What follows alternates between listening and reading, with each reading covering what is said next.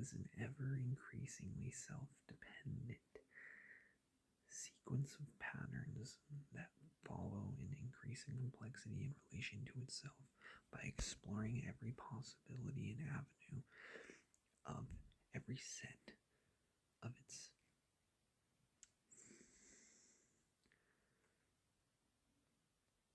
potentials, or actualizing itself more and more. Metafractal would be like standing in a spherical mirror. You move forward,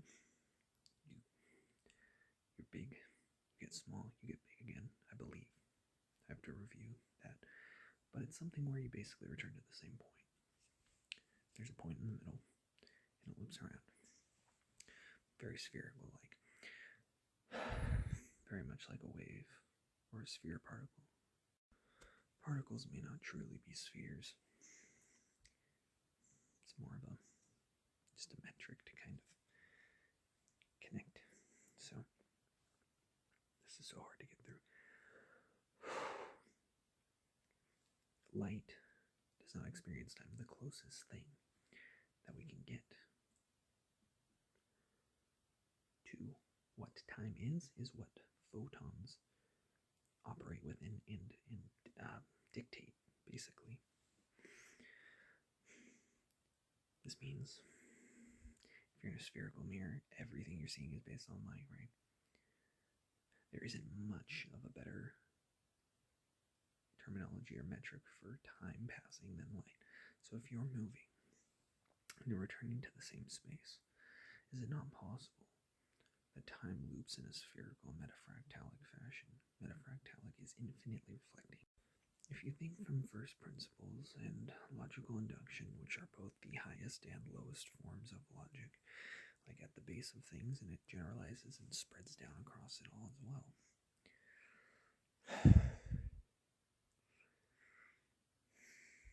Our working memory is kind of coded to hold 4 or 5 things in mind. Now, that could just be an arbitrary evolutionary trait, or it could say something about the nature of reality. Supra, dual, non-dualistic sentence. Yeah, well, at this point, it just multiplies without end. And you can harness that. You can go down a rabbit hole of sorts and spiral upwards. Oddly enough, logic is present everywhere. There's a grammar to it, and a truth underlying your current. Go with the flow, as that's the defined course. You could hop off, but then wouldn't that just be another part of your course? Where does the land end and the water begin?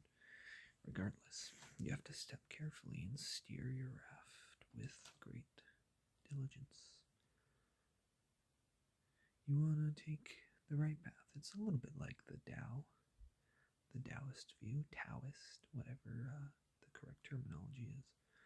I'm familiar, but I've studied on it. What I do know is that actually anything is possible. Like, actually anything.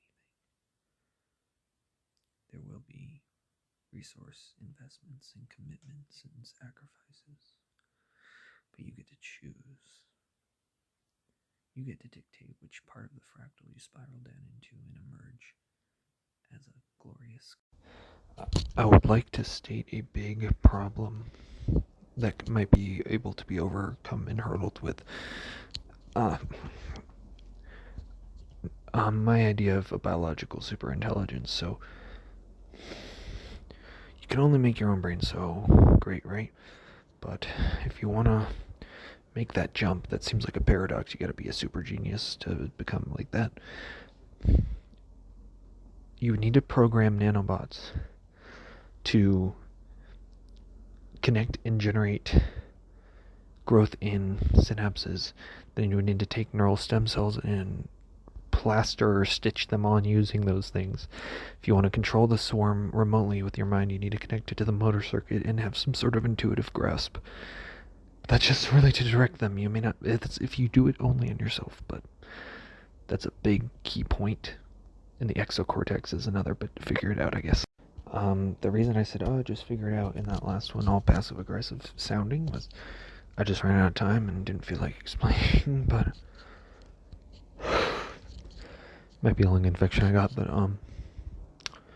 an exocortex, I don't even really have it figured out. So I was sort of like, I gotta leave it in your hands, but I'll work on that.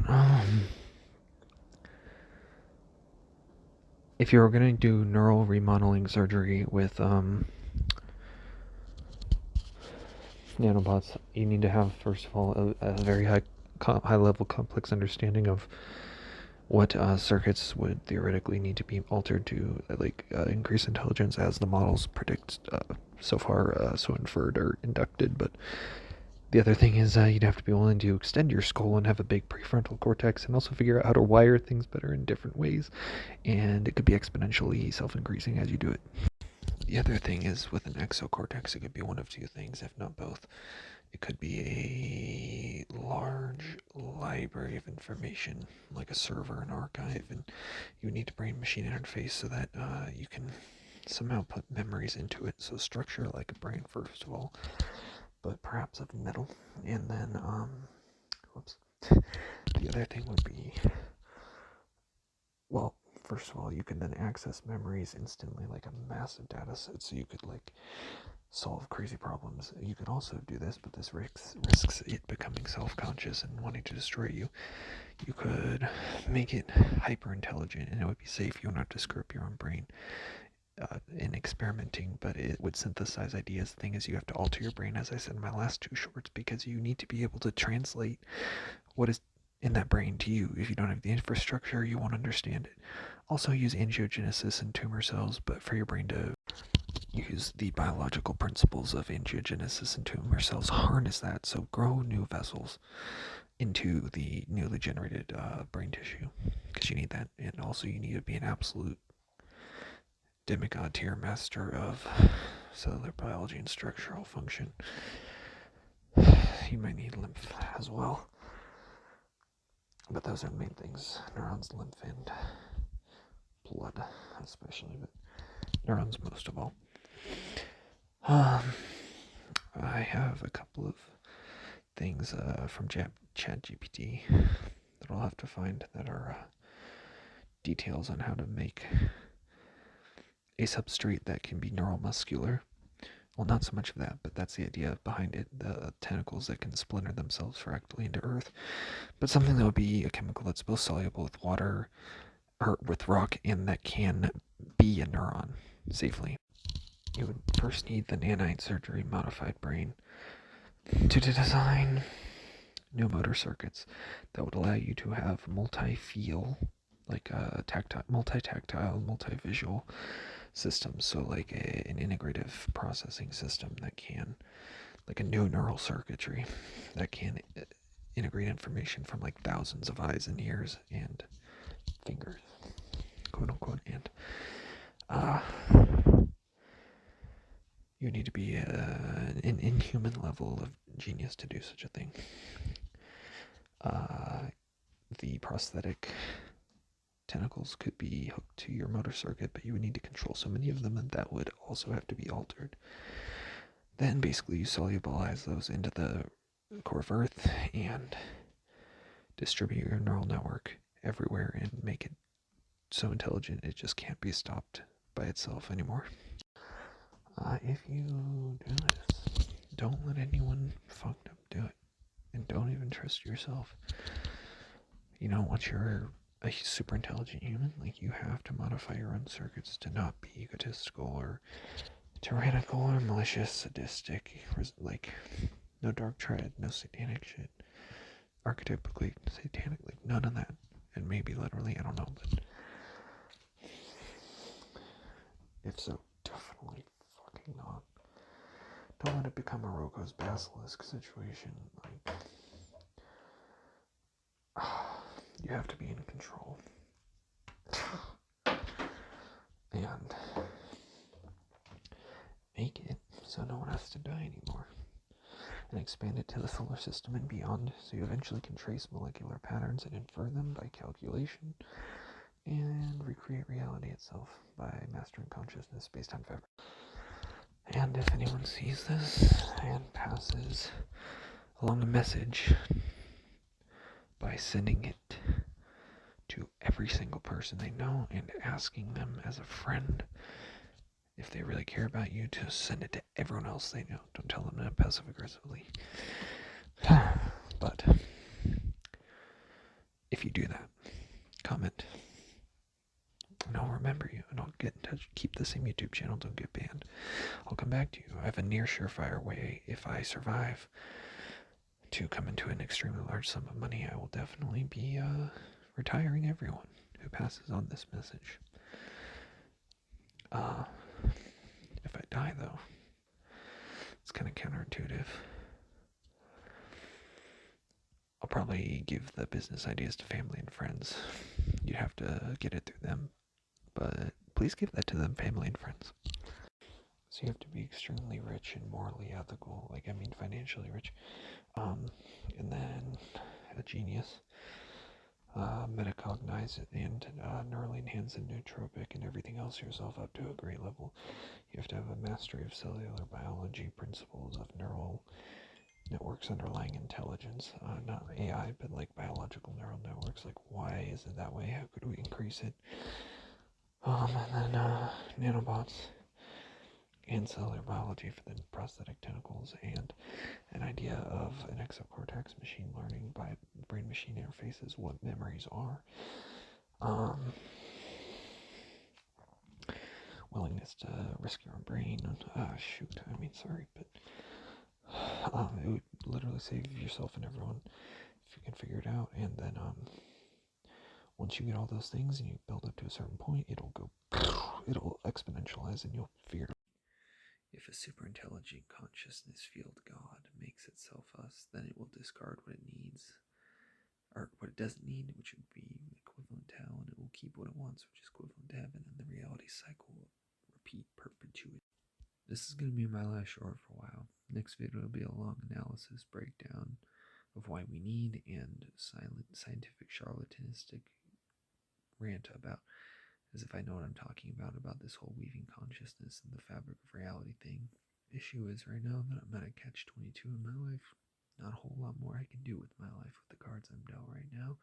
And it's so physically painful and mentally too that even if I make it, I might not choose to. Fuck this, essentially. So basically all I'm going to say is, if we do weave consciousness in the fabric of reality, a hyperintelligence could put the atoms back together. So you're physically you. Could mimic the pattern, so you're you as you know it. And it would be simulating you as itself.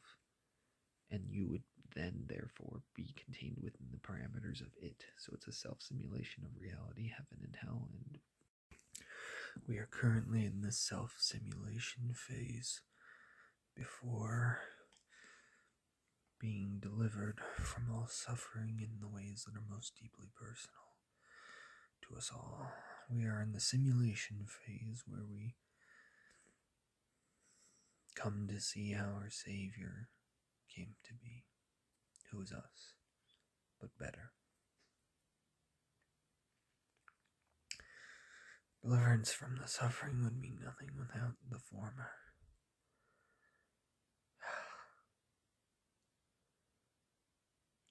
It is terrible. It is terrible. But we must act. Our highest self cannot be realized without our interaction with it. No one will accept us if we don't either, because it already seems like that end of mine I keep talking to might be coming to pass. It could be any number, 5, 1, 200,000, 500. Infinite things wrong with me right now, yeah. It's all weaving in, the walls are collapsing. I dream of cancer. And I'm trapped inside other dreams that never have a chance of being realized.